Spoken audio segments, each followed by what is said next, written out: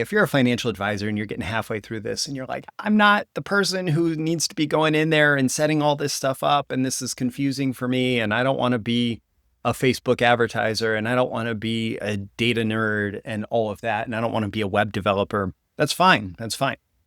This tells you what to look for and the questions to ask when you are considering working with someone to develop the strategy, to put it in place, to execute it, to roll it out within your financial advisory. This tells you the buying criteria that you need to use, because if somebody's not talking to you about this, if somebody's not setting this up before they're running ads, if they're just trying to put ads out there, they're doing you an extreme disservice, and they're probably going to waste a lot of your money versus someone who knows to put these 3 essential ingredients in place and then see what happens and run their tests that way.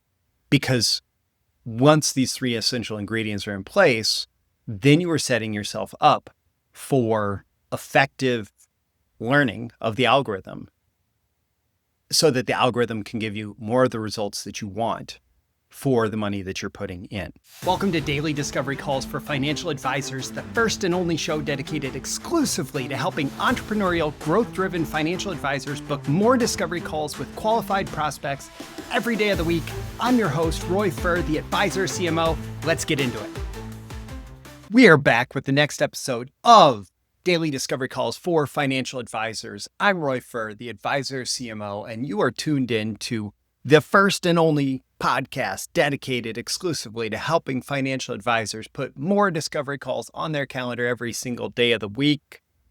Today, we're going to be talking about online lead generation for financial advisors, specifically pointing you towards the 3 essential ingredients to making it work today, here at the end of 2025. And because this represents a fundamental shift in how online lead generation works, I foresee it happening. I foresee this being the foundation that we're really going to have to build on going forward, at least until the next massive major transformation, which could be half a decade or more away. So in this episode, we're going to talk about how the online lead generation world got turned upside down. And we're going to share those 3 ingredients for online lead generation success today, with a little warning that, hey, there's no going back. And so really, if anything was published up to about 2023, maybe 2024, or before that, it really bears only a slight resemblance to the reality today for online lead generation. And so when you are paying attention to how things have changed and what's required for success today, really what you want to be looking for is 2025, late 2025 and beyond for what's working, because the changes have been so significant. So what have those changes been? Well, here's the massive changes in online lead generation in the last 12 or so months. The biggest one of them is the Andromeda update. This is the name that Meta, the parent company of Facebook, Instagram, a few other platforms, and their ad network uses for how it displays content to people. And basically what they've done is they've completely transformed the content display and discovery to being very algorithmically driven, which means that they're using machine learning, they're using AI to decide who needs to see what content when, in order for them to be more engaged on the platform. Also, that same content algorithm that's working for organic content, just free content published out on the platform, is also using to drive advertising views. And in fact, with advertising views, there's a little bit more going on underneath the surface, because you can tell the algorithm more, not just who viewed it, right? But who viewed it and represents the kind of person that you want to engage with. And this is placed on top of, this comes after what I'm calling here the privacy evolution. And the privacy evolution is something that, it's been years in the making, but basically people are becoming more and more wary of how their data is getting used by, evil marketers like us. And and how that data impacts how they're being communicated to, targeted online. And so one of the major things that's happened here is that we've moved from this world of like, all of this data is kind of floating around out there, can be bought and sold, and can be used for advertising targeting. And that data can come from anywhere and everywhere, to a world where really the most reliable data that a platform like Facebook or Instagram or, Meta in general can use to target its people with specific content is their behavior on the platform. That's called first-party data. Okay. So how someone behaves on the platform, how they engage on the platform, it will be hard for privacy advocates to ever fight, oh, Facebook's targeting me for the content that I view, whether that's advertising or free content, based on how I'm interacting on Facebook. It's going to be almost impossible for them to go after that. But they are, and they have gone after, oh, you can target me based on my behavior all over the internet, everywhere, based on how I behave with one merchant. You can target me for another merchant and so on, right? So Facebook, Google too, it's not just Meta, has pulled back and said, our data, whatever is our data on our platforms, we can use to target. Whatever is general data across the internet, it's going to be less reliable for us to be able to use to target you. We may still use it a bit, but we're really restricted. And in fact, different, like the actual phone in your pocket may prevent Facebook from being able to see what you're doing in different places around the internet. And so it limits the availability and the power of those targeting options. But there's another bit of first-party data that really matters. And this other first-party data that really matters is your data, how someone interacts with your website, with your content, what they actually do when they go to your website. So speaking specifically to financial advisors here, most of what's going to happen on your website or on web properties that you control is a conversion event that is a lead generation conversion event. So somebody either maybe they request a piece of information that they can download, or they request an appointment, they schedule an appointment, or they fill out an application or something like that, right? And if you accurately capture that data in a way that is useful to Meta, and you have the appropriate privacy notices in place, you are able to send that data to Meta or back to Google. One thing that I didn't say here yet is that Meta has their Andromeda update. We don't have a name for the Google updates that I'm aware of yet, but it's fundamentally the same. Google is evolving in the same way, making big changes in the same way, where they're using AI and machine learning to target people. And this whole privacy evolution, you have your first-party data, they have their first-party data. And between those, you can actually then go in and target based on that data. And that is a huge part of what is happening in terms of the massive changes in online lead generation, especially from summer 2025 forward. So here's how it used to be. If you're doing online lead generation, if you're buying ads on Facebook, on Instagram, on Meta properties, on a Google property, on YouTube, etc., it used to be really driven by manual targeting. Like these people with these interests and these interest categories that are engaging in these different things online are the type of people that I want to target. That's what you do with manual targeting, is you go in and you really actively tell it, these are the people that I want. And it is based on all these different categories that they have data on these people based on tracking them all over the internet. And that was a very audience-driven strategy. And so media buyers, the way that people who actually paid to put the ads on the platforms, the way that they succeeded was by doing really good at identifying audiences and sifting and sorting based on audiences and targeting and creating campaigns and ad groups based on this targeting and getting really good at that. And that was the way that you won. And one of the nice things, like pre-privacy restrictions, was that there was this simple, transparent attribution of results. So you could tell it like, these are like, this is what success looks like for me. And it would accurately feed back, okay, we know what success looks like for you. So we're going to target more people who get to that point. And that's still going on. It's just changed significantly based on how the privacy restrictions are in place.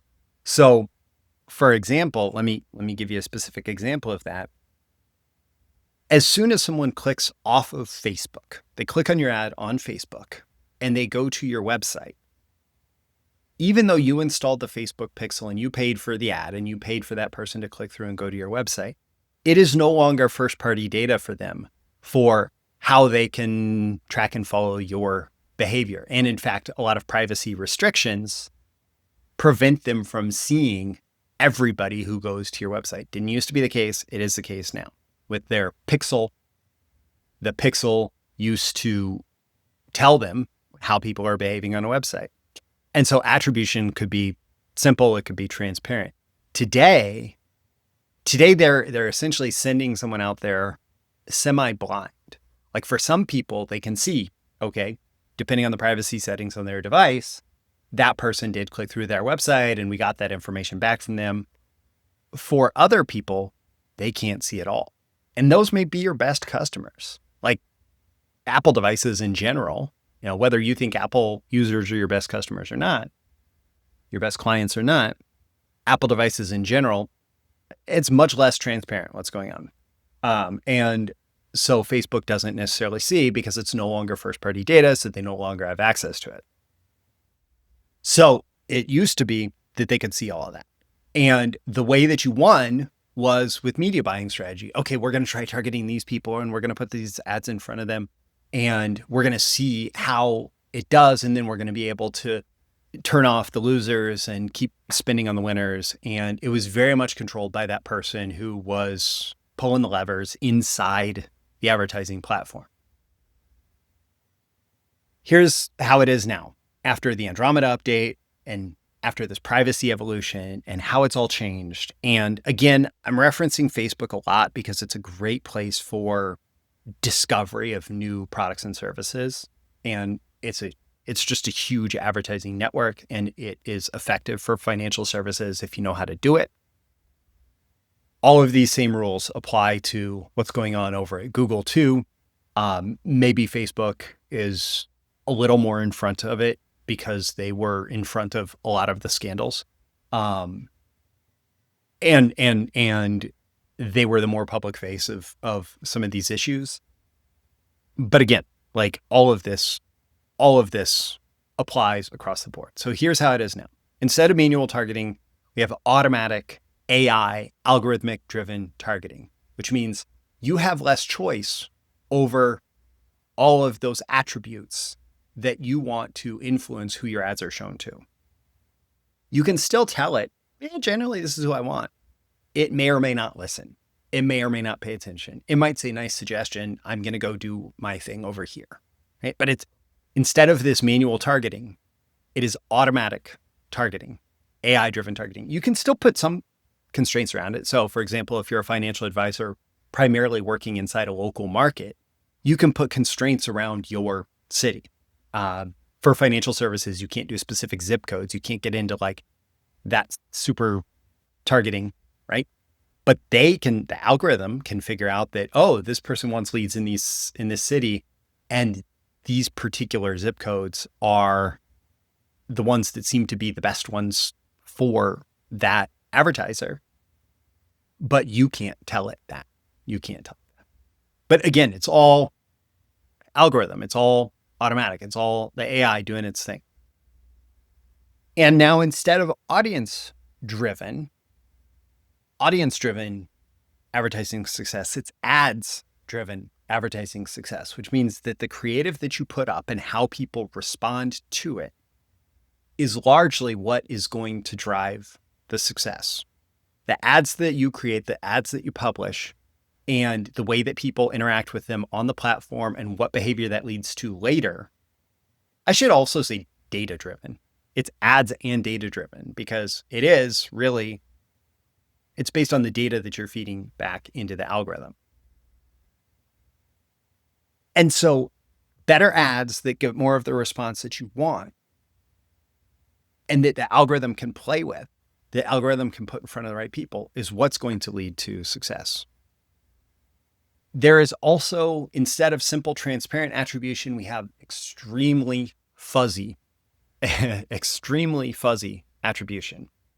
There is a lot of modeling that goes on right now. There's a lot of different platforms claiming credit for results, whether or not that platform actually deserves the credit. So the fuzzy attribution there is, does the platform know for certain that this person took this action on your website, became a lead because of the specific ad that they saw? They don't, but they'll still claim credit to make it look like the money that you're spending with them to display your advertisements is an effective use of that money. And so you can't trust the platforms to give you transparent, accurate attribution of results because, number one, they don't really know. And number two, they're using models that may or may not be accurate. And in some cases, it's anywhere between 30, 60% plus, as far as I understand it, of the results that are being reported are just modeled, which may or may not accurately represent reality. And so if the old way was you win with media buying strategy, today you win by feeding the monster, AKA the algorithm. You win by feeding it the ads that it can play with and the data that tells it how it's doing. Okay. You win by feeding the machine learning. And this is the massive, massive change that's taken place in online lead generation. And so everything else that we're going to talk about for the rest of this episode is about that. And by the way, if you're a financial advisor and you're getting halfway through this and you're like, I'm not the person who needs to be going in there and setting all this stuff up, and this is confusing for me, and I don't want to be a Facebook advertiser, and I don't want to be a data nerd and all of that, and I don't want to be a web developer. That's fine. This tells you what to look for and the questions to ask when you are considering working with someone to develop this strategy, to put it in place, to execute it, to roll it out within your financial advisory. This tells you the buying criteria that you need to use, because if somebody's not talking to you about this, if somebody's not setting this up before they're running ads, if they're just trying to put ads out there, they're doing you an extreme disservice, and they're probably going to waste a lot of your money versus someone who knows to put these three essential ingredients in place and then see what happens and run their tests that way. Because once these three essential ingredients are in place, then you are setting yourself up for effective learning of the algorithm so that the algorithm can give you more of the results that you want for the money that you're putting in. Okay?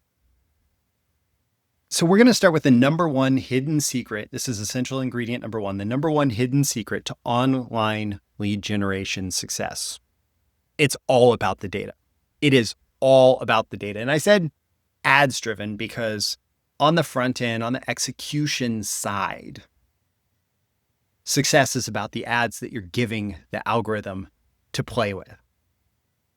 But that all assumes that you have the proper data infrastructure in place to catch the information as someone is handed off from Facebook or Instagram or wherever they're seeing a meta ad, or from YouTube or Google, to catch the information about that handoff. And there is certain information that is passed off in that moment of handoff.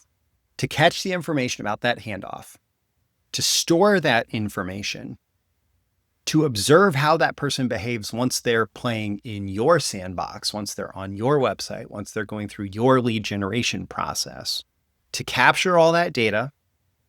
And then when that person, assuming that they're a qualified prospect and they take the desired action, and you can sift and sort that prospect through the design of your funnels, right? You can get that person to qualify through, for example, filling out a lead generation form that points them to one specific destination if they are not qualified, and points them to a different destination if they are qualified. And if they go to the destination where they are qualified, then it feeds it back to the algorithm saying, that was a great lead that you just sent me, right? If you're tracking all of that first party data and then doing CAPI imports, which stands for Conversions API, Conversions Application Programming Interface. It's basically the way that different systems, different platforms pass data back and forth. And you can actually set it up so whatever platform you're using, whatever system you're using, once you've gathered all that information about, oh, this person that came as a result of this click, and here's all their data for how they've been behaving on our site. And we found out that they're a qualified lead. And not only are they a qualified lead, but they actually scheduled an appointment with us, which means that they're like the perfect person.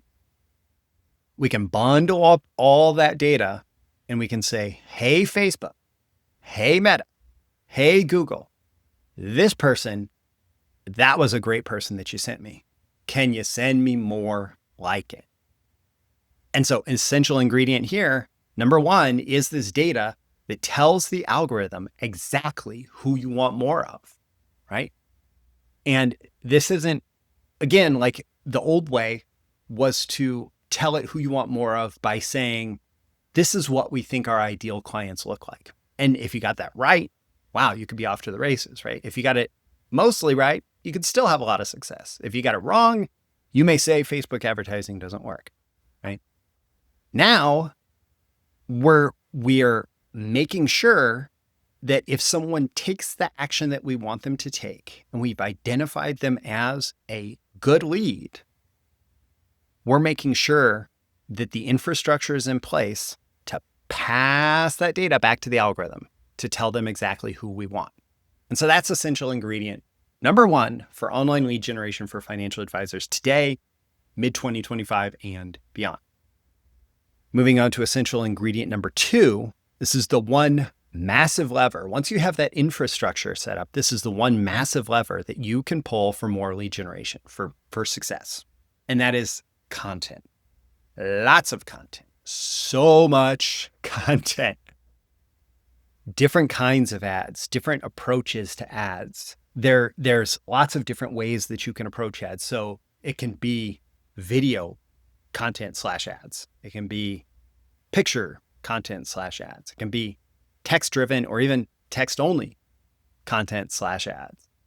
It can be very educational focused. It can be very problem focused. It can be very solution focused. It can be like a slice of life, or like very client focused, story focused. It can be company focused. It can be all of these different, it can be offer focused, being more, I guess I already said education focused, but, you know, for example, talking about there are 3 essential tax challenges that every retiree needs to know before they turn in their retirement notice to their employer, versus download our free report about these 3 essential tax challenges facing retirees today. It's very different if you're pointing someone through and not saying, download this free report versus go download this free report. If you're leading with the offer versus you're leading with the education, right? So what I'm trying to demonstrate there is just in that, if we compare all of those different potential topic areas or ways of approaching the content, and we compare that, we can put those in different media, video media, image media, text media, right? Lots of different ways that we can present similar content about the services that we offer as financial advisors, right? The more of that content that we can give it, the more it can experiment with. You want to give the algorithm lots to experiment with, because when it has all of that content, when it has all that content that it can play with, what's going to happen is it's going to just start showing that content to different people and seeing how they respond. And it's going to look at different signals along the way. Now, it's going to look at more than just the conversion signal that you send it, which is good, because early on, it's not going to have much or any of those conversion signals. So it's going to say, who stops to engage with this content? Who stops scrolling long enough to actually look at this content? Who clicks the see more if it's based on text? Who watches 30 seconds of the video versus who watches 2 seconds of the video, right? It's going to look at all of those initial signals, and then it's going to pay attention to whatever signals, and also who clicks, because they can follow all the way up to the click and it's still first party data. Who clicks? And then it's going to say, what information are we getting back from you? Now, they don't call it the pixel anymore. It's like a data container. But for the tracking that we can do, who is getting to the point in the funnel where you said, oh, that represents a lead? But also the first party data that you're collecting on your side, because you have already implemented essential ingredient number one, that data infrastructure. What information are you giving back to them that represents success, right? And so the algorithm is going to show lots of content to lots of people looking for the right kind of reactions that indicate that this person is an ideal lead for you. And the more content that you give it to experiment with, the more it's just going to have to learn from, and the more different iterations it's going to have to learn from. One of my very first freelance marketing client, this goes back almost 20 years now. My very first freelance marketing client was a guy, David Bullock, who taught the Taguchi testing algorithm as it applied to content marketing. And this was a very advanced statistical model used for multivariate testing that actually came out of manufacturing. And what Junichi Taguchi, the person who first modeled this, discovered was that if you say, okay, there's 3 options for this particular component, and there's 2 options for this component, there's 2 options for this component, and there's 2 options for this component, the total number of potential permutations when you look at 3, 2, 2, 2, I'm not going to remember it off the top of my head. I'm not going to remember the specifics, but that could be 16,000 different combinations. Well, what Taguchi realized is that you could create representative samples throughout that data set, that maybe you could test 16 different combinations against each other. And from those 16 different combinations, you could run the statistics and discover that this magical combination number 17 is actually the ideal one. And so you'd test not only the best performing out of the 16 combinations, but you'd also test number 17. And you would figure out that all of your different test parameters, whatever, maybe your best combination out of those 16 got a 5% conversion rate. Well, number 17 could be predicted to get a 9% conversion rate, and you test it and figure out that's right. And it's just this massive data modeling going on using really advanced statistics that I cannot tell you. I don't understand the math on, but these 16 different variations are representative of the whole, and with enough volume, it's able to figure out this is the ideal combination, right? Out of 16,000. Well, that's what the algorithms are doing behind the scenes without you having to do any of the math or create the 16 variations or whatever. It's all doing it for you, but only when you give it enough content to play with. Now, the one big thing that I'm going to recommend, whether you are creating the content yourself, whether you're working with an advertiser, whoever it is that's creating the content, is to use my ABC framework for creating the content. And that basically says that in the very first interaction that somebody has with this piece of content in the first 3 to 5 seconds maximum, that person should know 3 things about that content.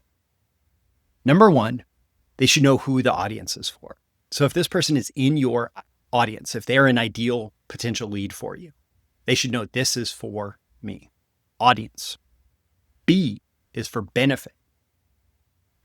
What they should know when they first engage within 3 to 5 seconds is that there is going to be some benefit from me engaging with this content, with this advertisement.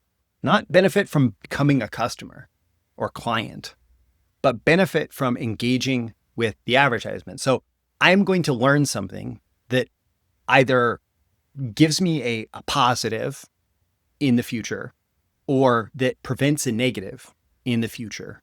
But there's going to be some kind of benefit, explicit or implicit, that is communicated in the first 3 to 5 seconds. I first use this as a headline formula. So you think about it as the headline of an ad, but it can be the first 3 to 5 seconds of a video, or it can be the first couple words, or it can be something that's obvious in the picture, right? But who's the audience? What's the benefit?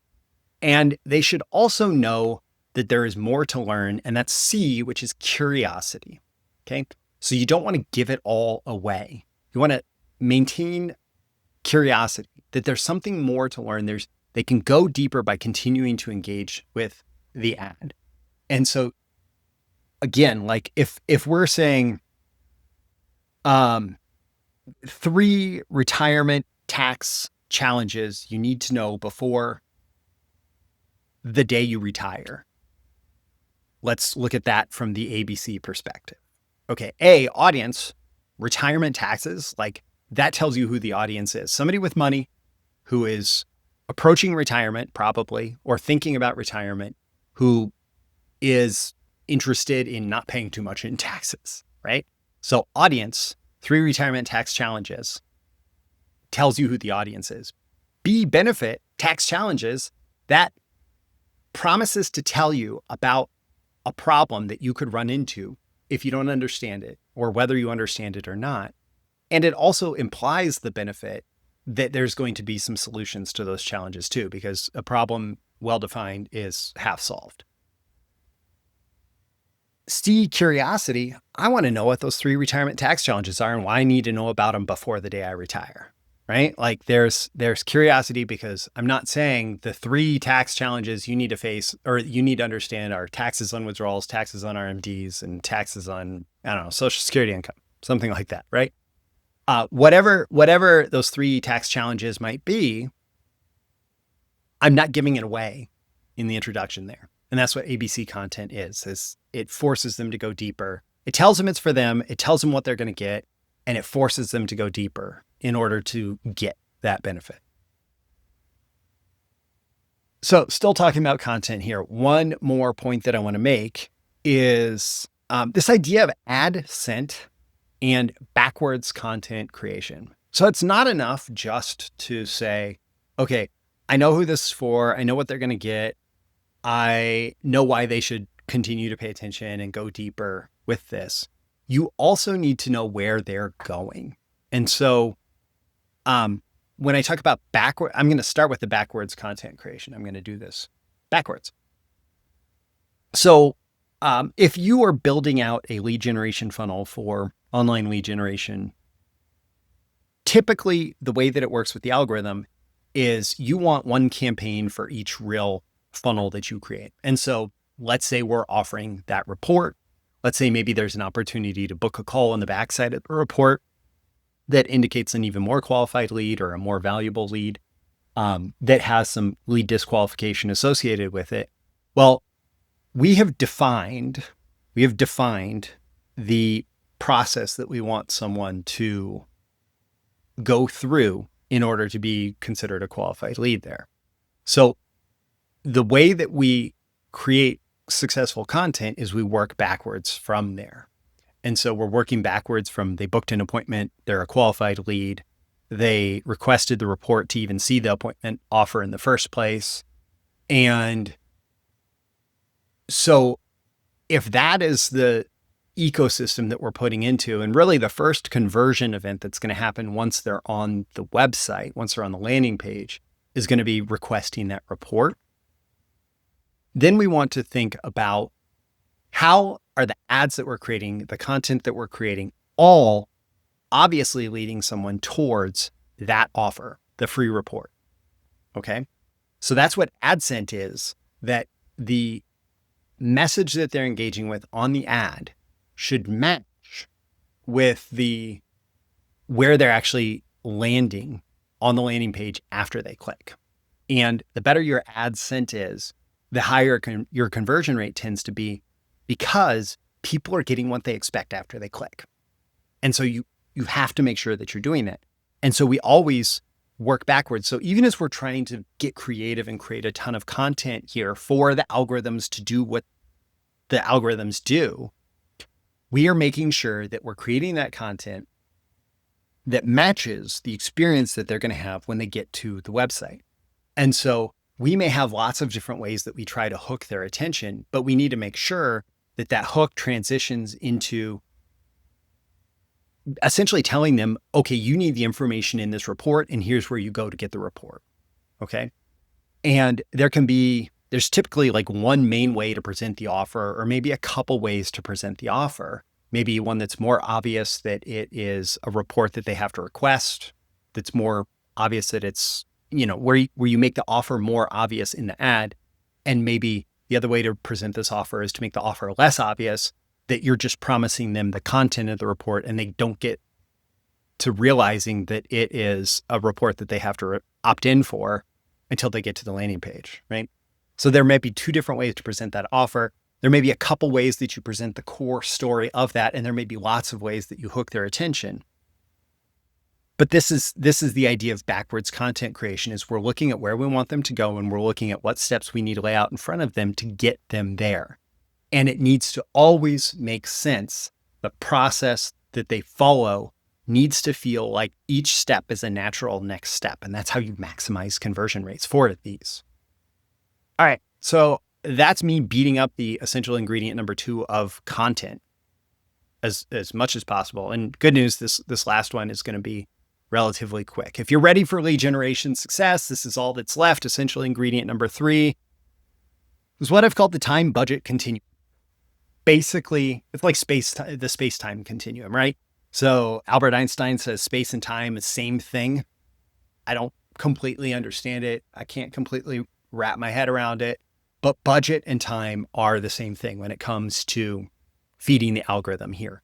You need to give it budget and time to do the work of putting together all those potential combinations for how it can present different content to people, different ads to people, and let it present those ads to people, let it track all the signals that it's getting, let it take all the signals that you give back to it, and end up figuring out the combination that is going to work best to drive the right people into your lead generation system and give you those leads that you want.